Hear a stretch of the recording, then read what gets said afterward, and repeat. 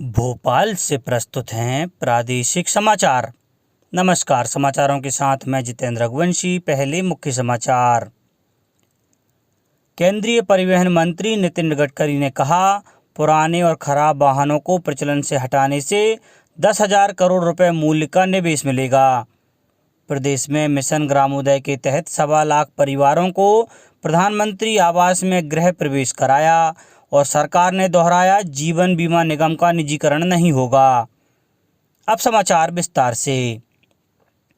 केंद्रीय परिवहन मंत्री नितिन गडकरी ने कहा है कि पुराने और खराब वाहनों को प्रचलन से हटाकर नष्ट करने की नीति पर अमल से देश में रोजगार के 3 करोड़ 70 लाख से अधिक अवसर उत्पन्न होंगे।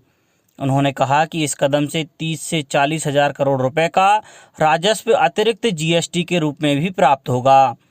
संसद के दोनों सदनों में कल अपने बयान में श्री गडकरी ने कहा कि इस नीति से 10,000 करोड़ रुपए मूल्य का निवेश भी प्राप्त हो सकेगा। उन्होंने कहा कि इस नीति का उद्देश्य खराब और प्रदूषण फैलाने वाले वाहनों को समयबद्ध तरीके से हटाना है। श्री गडकरी ने इस बात पर जोर दिया कि भारत अगले 5 वर्षों में मोटर वाहन क्षेत्र में विश्व का अग्रणी देश बन जाएगा और देश में अगले 1 साल में लिथियम आयन बैटरियों का 100% स्वदेशी उत्पादन होने लगेगा। पुराने वाहनों को प्रचलन से हटाकर नष्ट करने की नीति का खुलासा करते हुए परिवहन मंत्री ने कहा कि इसमें खराब हो चुके निजी वाहनों का रजिस्ट्रेशन 20 साल के बाद समाप्त करने का प्रावधान है। अगर निजी वाहन मालिक रजिस्ट्रेशन का नवीनीकरण नहीं कराते हैं तो भी रजिस्ट्रेशन रद्द कर दिया जाएगा। सरकार ने अगले साल 1 अप्रैल से 15 साल से अधिक पुराने और सरकारी सार्वजनिक क्षेत्र के उपक्रमों के वाहनों का प्रचलन बंद करने की घोषणा की है। मुख्यमंत्री शिवराज सिंह चौहान ने कल मिशन ग्रामोदय के तहत ग्रामीण क्षेत्र के 1.25 लाख परिवारों को प्रधानमंत्री आवास में गृह प्रवेश कराया। इस अवसर पर उन्होंने कहा कि इससे ग्रामीणों की बुनियादी ज़रूरतें पूरी होंगी। मिशन ग्रामोदय का मुख्य कार्यक्रम धार जिला मुख्यालय में आयोजित किया गया था। उन्होंने कहा कि इस वर्ष 26 लाख घरों में नल से पेयजल पहुंचाने का लक्ष्य रखा गया है। मुख्यमंत्री ने बताया कि मिशन ग्रामोदय के तहत गाँव में सड़कें भी बनाई जाएंगी। उन्होंने प्रत्येक ग्राम पंचायत में पंचायत भवन बनाए जाने की घोषणा भी की। वर्चुअल कार्यक्रम में केंद्रीय ग्रामीण विकास मंत्री नरेंद्र सिंह तोमर भी शामिल हुए। कार्यक्रम में प्रधानमंत्री आवास योजना के 5 लाख हितग्राहियों को 2,000 करोड़ राशि की विमुक्ति की प्रक्रिया भी शुरू की गई। भोपाल पत्र सूचना कार्यालय के महानिदेशक प्रशांत पाठराबे ने कहा कि पत्रकारिता के क्षेत्र में महिलाओं के लिए चुनौती हमेशा से रही है, लेकिन महिलाएं उन चुनौतियों पर हमेशा खरी उतरी हैं। वे अंतर्राष्ट्रीय महिला दिवस के संदर्भ में भोपाल पत्र सूचना कार्यालय, माखन लाल चतुर्वेदी पत्रकारिता विश्वविद्यालय और भोपाल वुमेन प्रेस क्लब द्वारा संयुक्त रूप से आयोजित सेमिनार में बोल रहे थे।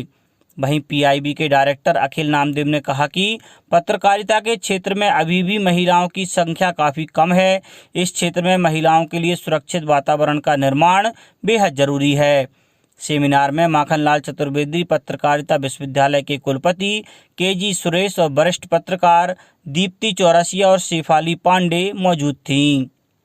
अटल नवसृजन मिशन, नीति आयोग और अमेजॉन वेब सर्विसेज ने कल देश में नवाचार और उद्यमिता के माहौल को सुदृढ़ करने के लिए नई पहल करने की घोषणा की है।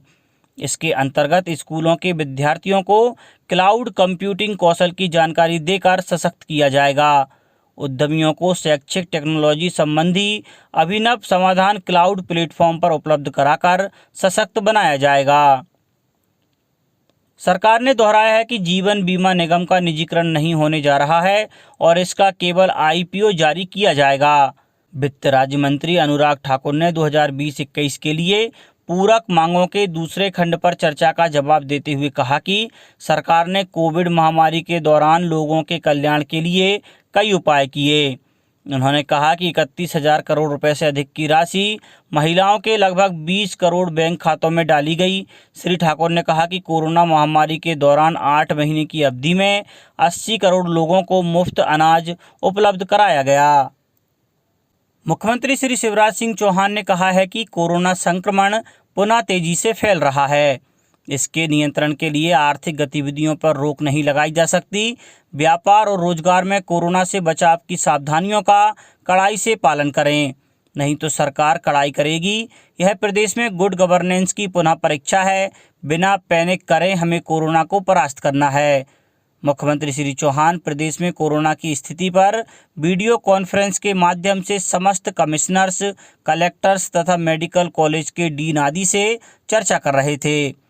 इस वीडियो कॉन्फ्रेंस में लोक स्वास्थ्य एवं परिवार कल्याण मंत्री डॉक्टर प्रभुराम चौधरी, मुख्य सचिव श्री इकबाल सिंह बैंस, अपर मुख्य सचिव स्वास्थ्य श्री मोहम्मद सुलेमान, पुलिस महानिदेशक श्री विवेक जौहरी सम्मिलित हुए।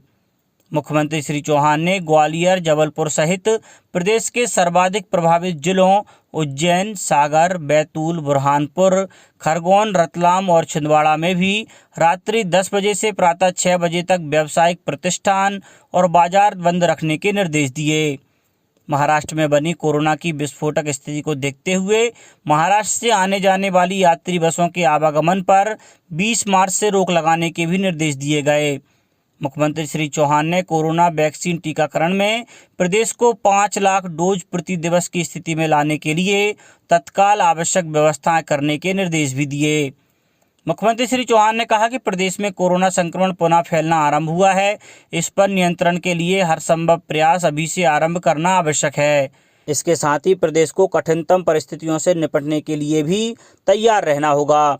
बैठक में जानकारी दी गई कि पिछले 7 दिनों में इंदौर में 1778, भोपाल में 1170, जबलपुर में 358, ग्वालियर में 185, उज्जैन में 187, रतलाम में 162, छिंदवाड़ा में 147, बुरहानपुर में 130, बैतूल में 110 और खरगोन में 92 कोरोना पॉजिटिव प्रकरण दर्ज किए गए हैं। ग्वालियर मेले की अवधि के संबंध में क्राइसिस मैनेजमेंट ग्रुप निर्णय ले। सहकारिता मंत्री डॉक्टर अरविंद भदौरिया के निर्देश पर जिला सहकारी केंद्रीय बैंकों में CBS कार्य के लिए संविदा आउटसोर्स पर रखे गए कंप्यूटर ऑपरेटर एवं L1 इंजीनियर की सेवा अवधि में वृद्धि कर दी गई है। संयुक्त आदेश ने निर्देश जारी किए हैं कि CBS कार्य के लिए रखे गए जिन कर्मचारियों की सेवा अवधि 28 फरवरी को समाप्त हो चुकी थी, उनकी सेवा अवधि को 20 जिलों के सहकारी केंद्रीय बैंकों से प्राप्त परीक्षण उपरांत आगामी 6 माह के लिए बढ़ा दिया गया है। माध्यमिक शिक्षा मंडल द्वारा संचालित हाई स्कूल एवं हायर सेकेंडरी सर्टिफिकेट परीक्षा नियमित और स्वाध्यायी वर्ष 2021 के परीक्षा कार्यक्रमों की तिथियों में आंशिक संशोधन किया गया है। नवीन संशोधित परीक्षा कार्यक्रम के अनुसार अब हाई स्कूल परीक्षा 30 अप्रैल से 19 मई 2021 तक एवं हायर सेकेंडरी परीक्षा 1 मई से 21 मई 2021 तक आयोजित की जाएगी। इसी प्रकार माध्यमिक शिक्षा मंडल की वर्ष 2021 की हाई स्कूल, हायर सेकेंडरी व्यावसायिक परीक्षा पाठ्यक्रम, शारीरिक शिक्षा प्रशिक्षण एवं विद्यालय पूर्व शिक्षा में डिप्लोमा के परीक्षा कार्यक्रम में भी संशोधन किया गया है। संशोधित परीक्षा कार्यक्रम अनुसार हाई स्कूल परीक्षा 30 अप्रैल से 19 मई 2021 तक तथा हायर सेकेंडरी परीक्षा 1 मई से 21 मई 2021 तक संचालित की जाएगी। संशोधित परीक्षा कार्यक्रम मंडल की वेबसाइट www.mpbse.nic.in पर भी देखा जा सकता है। परिवहन एवं राजस्व मंत्री श्री गोविंद सिंह राजपूत ने सागर के ग्राम गेहलपुर एवं कंदेला में 65 लाख की नल जल योजना का भूमि पूजन किया। उन्होंने कहा कि इस पेयजल योजना से घर घर तक पानी पहुंचेगा। पहाड़ी पर बसे इस गांव की महिलाओं को अभी पेयजल के लिए काफ़ी मशक्कत करना पड़ती है। श्री राजपूत ने कहा कि सुर्खी क्षेत्र का एक भी घर ऐसा नहीं बचेगा जिस घर में जल नल से नहीं आए। उन्होंने कहा राज्य सरकार पात्र लोगों के आयुष्मान कार्ड बनवा रही है। गांव के लोग अपना आयुष्मान कार्ड बनवा लें। इस योजना में 5 लाख रुपए तक का इलाज मुफ्त में होता है। उन्होंने कोरोना से बचाव के लिए चलाए जा रहे वैक्सीन अभियान में शामिल होने की अपील की। अब कुछ समाचार खेल जगत से। भारत ने इंग्लैंड को चौथी T20 में 8 रन से हरा दिया है। इस जीत के साथ टीम इंडिया ने 5 मैचों की सीरीज 2-2 से बराबर कर ली है। भारत के लिए सूर्य कुमार यादव ने सबसे ज़्यादा 57 रन बनाए। वहीं शार्दुल ठाकुर ने 3 विकेट लेकर इंग्लिश टीम को टारगेट तक नहीं पहुंचने दिया। टॉस हारकर पहले बल्लेबाजी करने उतरी भारतीय टीम ने 20 ओवर में 8 विकेट पर 185 रन बनाए। जवाब में इंग्लैंड टीम 20 ओवर में 8 विकेट पर 177 रन ही बना सकी। हार्दिक पांड्या ने सैम करन को बोल्ड किया, वे 3 रन बनाकर आउट हुए। इंग्लैंड के लगातार 2 गेंद पर 2 विकेट गिरे। शार्दुल ठाकुर ने 17वें ओवर की पहली बॉल पर बेन स्टोक्स को आउट किया, वे 23 गेंदों पर 46 रन बनाकर आउट हुए। इसके बाद दूसरी बॉल पर कप्तान इयोन मॉर्गन को वॉशिंगटन सुंदर के हाथों कैच कराया। मॉर्गन 4 रन बनाकर आउट हुए। मध्य प्रदेश में आज से मौसम का मिजाज बदलने वाला है। मौसम विभाग द्वारा अगले 48 घंटे में संभाग और जिले में बारिश होने की संभावना जताई गई है। इसके साथ ही येलो अलर्ट जारी किया गया है। वहीं पहले बुधवार को जबलपुर और सागर संभाग में बूंदाबांदी देखने को मिली थी। दरअसल मध्य प्रदेश में 4 सिस्टम एक्टिव हैं, जिसकी वजह से मौसम का मिजाज एक बार फिर से बदल गया है। दक्षिण पश्चिम मध्य प्रदेश में एक ट्रफ लाइन तैयार हुई है। वहीं पाकिस्तान और उससे लगे उत्तर भारत के विक्षोभ के कारण मौसम में आर्द्रता देखी जा रही है, जिससे पश्चिमी मध्य प्रदेश में बादल छाए हुए हैं। वहीं राजस्थान और मध्य प्रदेश की सीमा पर एक हवा का चक्रवात तैयार हुआ है। इसके चलते अगले 48 घंटे में प्रदेश के कुछ इलाकों में बारिश और ओलावृष्टि की संभावना जताई जा रही है। वहीं मौसम विभाग की माने तो प्रदेश के कई हिस्सों में आज गरज चमक के साथ बरसात हो सकती है। वहीं आज और कल मौसम में उतार चढ़ाव के साथ बादल छाए रहेंगे और बूंदाबांदी सहित ओलावृष्टि के आसार हैं। मौसम वैज्ञानिकों ने जिन क्षेत्रों में गरज चमक के साथ बारिश की संभावना जताई है, उसमें शहडोल, जबलपुर, सागर, भोपाल, होशंगाबाद, इंदौर, उज्जैन, ग्वालियर, चंबल संभाग शामिल हैं। इसके अलावा 30 से 40 किलोमीटर प्रति घंटे की रफ्तार से हवा चलेगी और बिजली चमकने के साथ कई इलाकों में ओलावृष्टि की भी संभावना है, जिनमें जबलपुर, सागर, भोपाल, होशंगाबाद संभाग सहित नीमच और मंदसौर को भी शामिल किया गया है। अंत में मुख्य समाचार एक बार फिर। केंद्रीय परिवहन मंत्री नितिन गडकरी ने कहा, पुराने और खराब वाहनों को प्रचलन से हटाने से 10,000 करोड़ रुपए मूल्य का निवेश मिलेगा। प्रदेश में मिशन ग्रामोदय के तहत 1.25 लाख परिवारों को प्रधानमंत्री आवास में गृह प्रवेश कराया और सरकार ने दोहराया, जीवन बीमा निगम का निजीकरण नहीं होगा। इस बुलेटिन में इतना ही। घर पर रहिए, सुरक्षित रहिए और सुनते रहिए प्रादेशिक समाचार। नमस्कार।